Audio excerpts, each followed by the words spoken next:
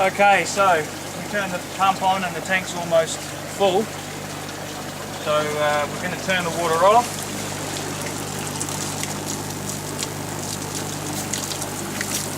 And you can see that the air line is already switched on. I have the 200 litre per minute air pump plugged in at the workshop, and that's already pumping through. Those pumps are available from pond suppliers.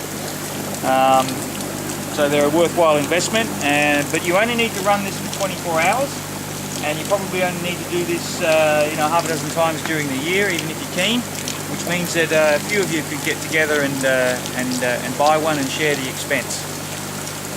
I bought mine for about $300, brand new. I'm sure you can look around and find it at a better deal than that if you wanted to. So you can see that there's a lot of aeration taking place. This is bubbling away like crazy. No problem there at all. I might just reduce the volume a bit because it's still leaking out of the... Yeah, so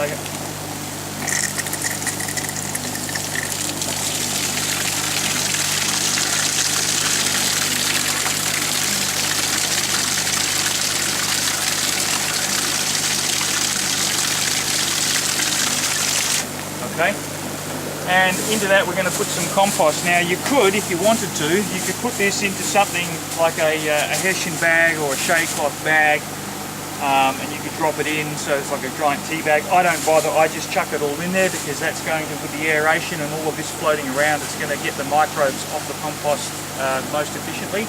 And if I needed to filter it, I'd filter it after it was coming out. So if I wanted to put this into a spray pack, I'd filter it after it left the tank and went into the spray can. So all I need to do with this is literally add it in.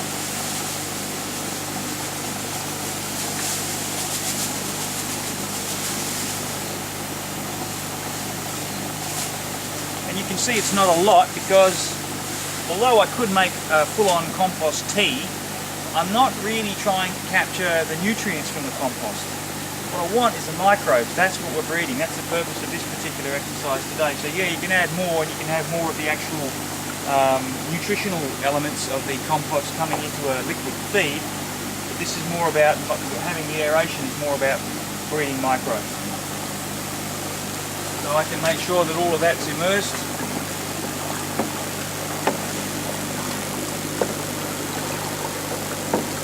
See, I don't need that much.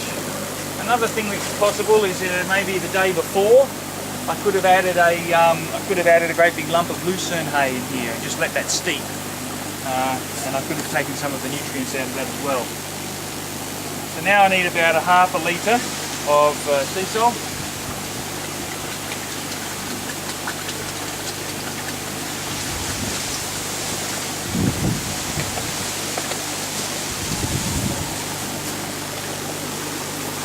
And a half a litre of molasses.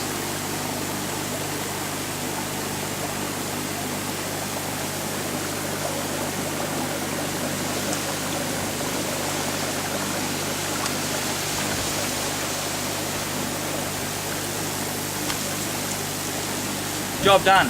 We'll leave this now for 24 hours, so I'll come back tomorrow and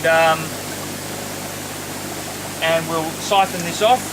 And I'll apply it to the soil. But as I say, if need be, I could also have filtered this and put it into a backpack and sprayed it on as a foliar feed and applied it that way as well. That's how easy it is, guys. Get into it.